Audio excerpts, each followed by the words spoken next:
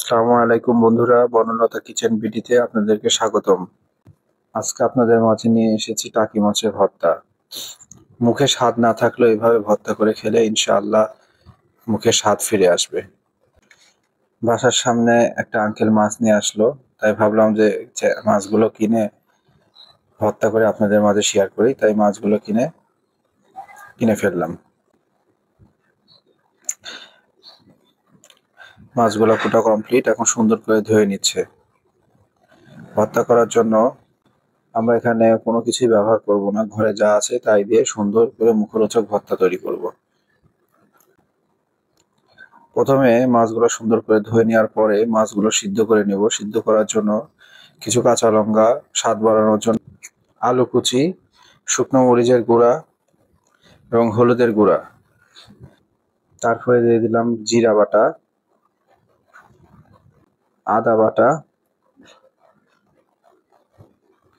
ও রসুন বাটা, স্বাদ মতো লবণ। দিয়ে সুন্দর করে মাছের সাথে মশলাগুলো মাখিয়ে নিব। খুব সহজ পদ্ধতিতে এই ভর্তাটা করা দেখাচ্ছি বন্ধুরা। আপনারা বাসায় অনায়াসে এই ভর্তা করে গরম ভাতের সাথে খেতে পারেন। সিদ্ধ করার মতো যতটুকু পানি লাগে সিদ্ধ করার জন্য ততটুকু পানি দিয়ে ঢাকনা দিয়ে ঢেকে আমরা সিদ্ধ করার জন্য তুলে দিব। আমাদের সিদ্ধ প্রায় হয়ে গেছে। একবারে যে পানিটা দিয়েছিলাম সে পানিটা আমরা শুকিয়ে নিয়েছি। আমাদের মাছটা সিদ্ধ করা কমপ্লিট। এখন সুন্দর করে হাত দিয়ে মাছটা বেছে নিব যত কাটা না থাকে। অনেকে আছে টাকি মাছে কাটার জন্য ভর্তা খেতে চান না, তারা এইভাবে প্রসেসিং করে কাটা বেছে ভর্তা করবেন, অনেক মজা পাবেন ইনশাআল্লাহ।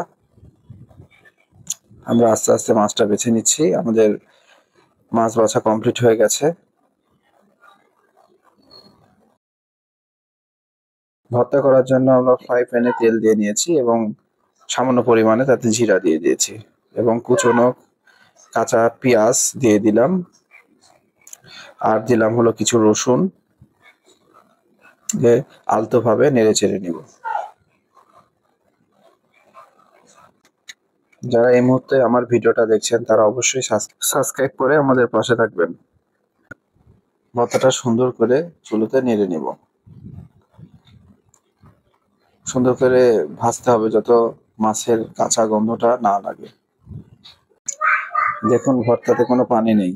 আমার ভর্তাটা কমপ্লিট হয়ে গেছে। ভর্তাটাকে গোল শেপ দিয়ে আপনাদের মাঝে উপস্থাপন করলাম। ভালো থাকবেন সবাই, আল্লাহ হাফেজ।